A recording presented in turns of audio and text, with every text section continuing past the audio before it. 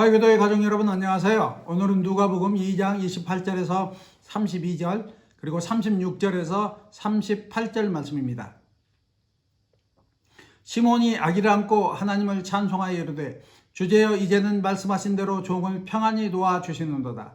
내 눈이 주의 구원을 보았사오니 이는 만민 앞에 예비하신 것이요 이방을 비추는 빛이요 주의 백성 이스라엘의 영광이니이다 하니, 또 아셀지파 바누엘의 딸 안나라 하는 선지자가 있어 나이가 매우 많았더라. 그가 결혼한 후 7해 동안 남편과 함께 살다가 과부가 되고 84세가 되었더라. 이 사람이 성전을 떠나지 아니하고 주야로 금식하며 기도함으로 섬기더니 마침 이때에 나와서 하나님께 감사하고 예루살렘의 속량을 바라는 모든 사람에게 그에 대하여 말하니라. 아멘. 이 말씀을 중심으로 하여 아기 예수를 맞이한 사람들이란 제목으로 말씀을 전하도록 하겠습니다. 여호와 하나님은 당신의 아들 아기 예수가 정결례를 위하여 성전에 처음 올라갈 때 아기 예수를 환영할 사람으로서 시므온과 안나를 선택했습니다. 하나님께서는 왜 시므온과 안나를 선택하셨겠습니까? 시므온과 안나에게는 하나님께서 참으로 기뻐하시는, 그리고 하나님께서 참으로 중시하시는 신앙의 태도가 있었기 때문입니다. 이들의 신앙의 그런 자세와 태도에서 함께 묵상해 보도록 하겠습니다. 시므온은 참 특이한 사명을 받은 사람입니다. 오늘 읽지 않았지만 누가복음 2장 읽어보시면 주의 그리스도를 보기 전에는 죽지 아니하리라 라는 성령의 지시를 받은 사람이었습니다. 참 특이한 사명이라 아니할 수 없습니다. 만일 우리들에게 너는 재림 예수를 보기 전에는 죽지 못하리라 하는 그런 사명이 주어졌다면 우리들은 어떤 생각을 할까요? 물론 한없이 영광스럽고 감사하다는 생각하겠지만 한편 생각하면 좀 어찌해야 될까 하고 좀 낙담할 수도 있지 않을까 하는 생각이 듭니다. 50년 내가 더 살아야 되나? 100년 더 살아야 되나? 500년 더 살아야 되나? 그런 생각까지 할 수 있지 않겠습니까? 그런 시몬에게 그렇게 하나님께서 특별한 사명을 주신 까닭은 시몬은 당시 이스라엘에서 특별한 사람이었다는 것입니다. 하나님의 뜻에 순종할 줄 아는 사람이었다. 이렇게 생각할 수 있겠습니다. 요나와 대비해서 생각해 보시기 바랍니다. 요나는 그 니느웨에 가서 말씀을 전하라는 하나님의 명령을 어기고 도망가다가 물고기의 뱃속에 내던져졌던 사람입니다. 그래서 그곳에서 회개하고 기도해서 다시 기회를 얻어서 니느웨에 가서 말씀을 전했습니다. 니느웨에 가서 요나가 말씀을 전하자 니느웨는 임금에서부터 그 가축의 일까지 모두 굵은 베옷을 입고 금식하며 회개하였습니다. 요나가 자기의 그 말씀이 그만큼 영향력이 있으니까 기뻐해야 될 텐데 거꾸로 요나는 바락바락 악을 쓰면서 하나님께 대들었습니다. 차라리 저를 죽여주십시오라고 이렇게 요나는 하나님께 항거했습니다.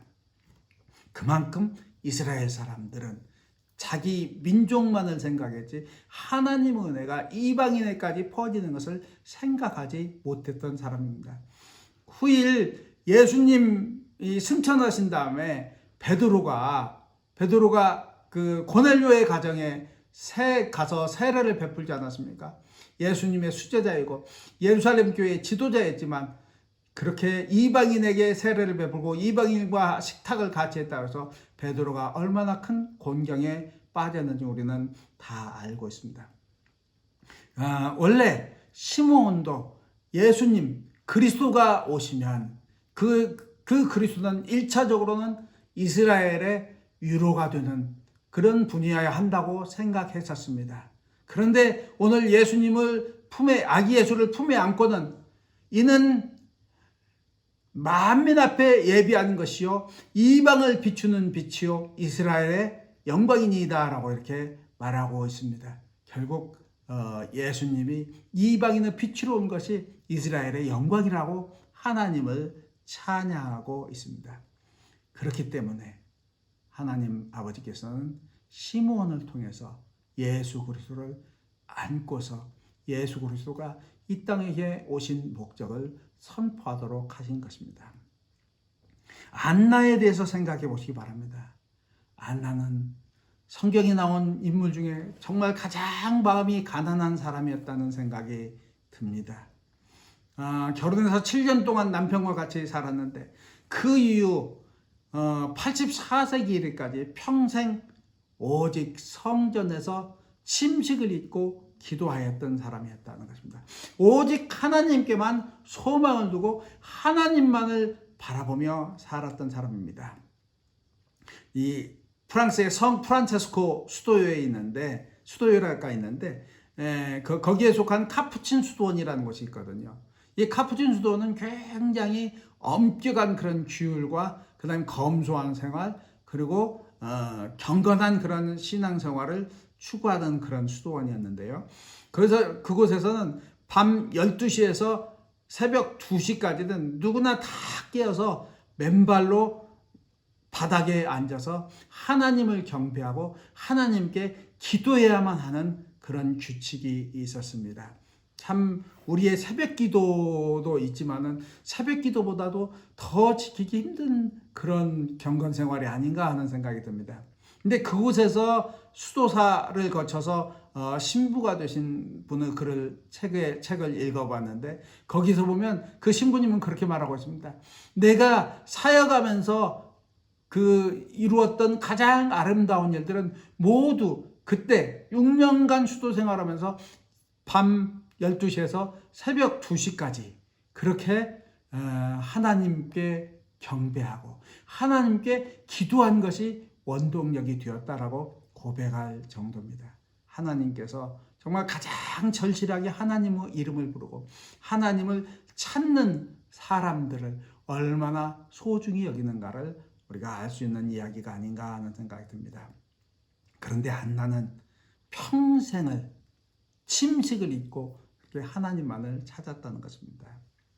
저는 이 생후 처음 성전을 찾은 아기 예수를 영접했던 시므온과 안나 이야기를 통해서 저의 삶을 되돌아봤습니다.